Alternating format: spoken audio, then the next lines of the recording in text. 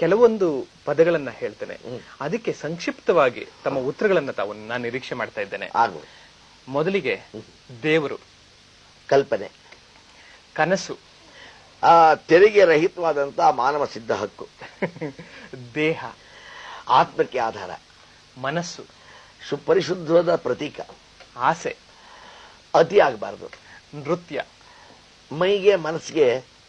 ಒಂದು ಮುದ ಕೊಡತಕ್ಕಂತ ಒಂದು ಸಾಧನ, ಸಂಗೀತ,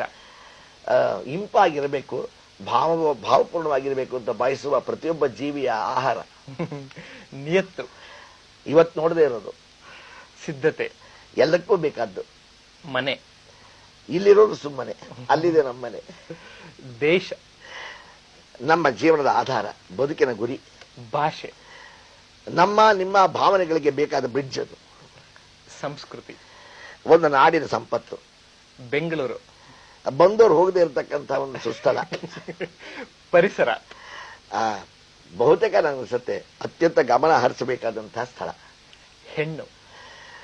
ತೀರಿಸಲಾರದ ಋಣ, ನಾಲಿಗೆ, ಹತೋಟಿಲಿ ಇರಬೇಕಾದ್ದು, ಹಣ, ಮಾತಾಡಕ್ ಬಿಡಬಾರದು, ಬಂಗಾರ,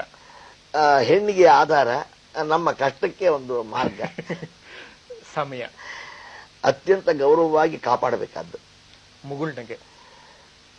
ಮಕ್ಕಳ ಮಕ್ಕದಲ್ಲಿ ದೇವರ ಮಕ್ಕದಲ್ಲಿ ಕಾಣಬಹುದಾದಂತಹ ಒಂದು ಬೆಳದಿಂಗಳು, ಅನ್ನದಾತ, ಅದು ನಮ್ಮ ಜನ, ಜೀವನ, ಇನ್ನೊಬ್ಬರಿಗಾಗಿ ಆಡುವ ನಾಟಕ ಅಲ್ಲ, ಅದು ಬದುಕುವ ರೀತಿ.